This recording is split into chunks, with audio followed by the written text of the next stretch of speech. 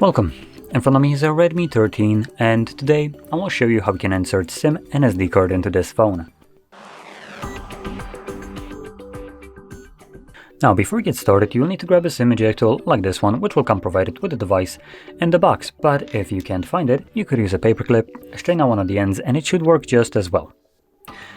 Next, once you have either one of those, you can then pop out the tray. Now to do so you will need to take off the case of your phone if you have one on. There we go. And the tray is located on the top left side of the phone right here.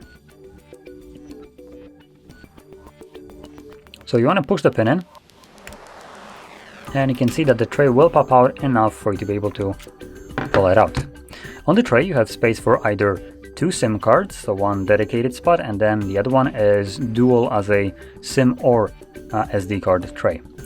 Now if you're planning to use two SIM cards, obviously you won't be able to use the SD card and you'd place your SIM card sideways like so. Now I'm planning to use one of each, so I'm going to shift it over to the side. I need to flip it, there we go, like so.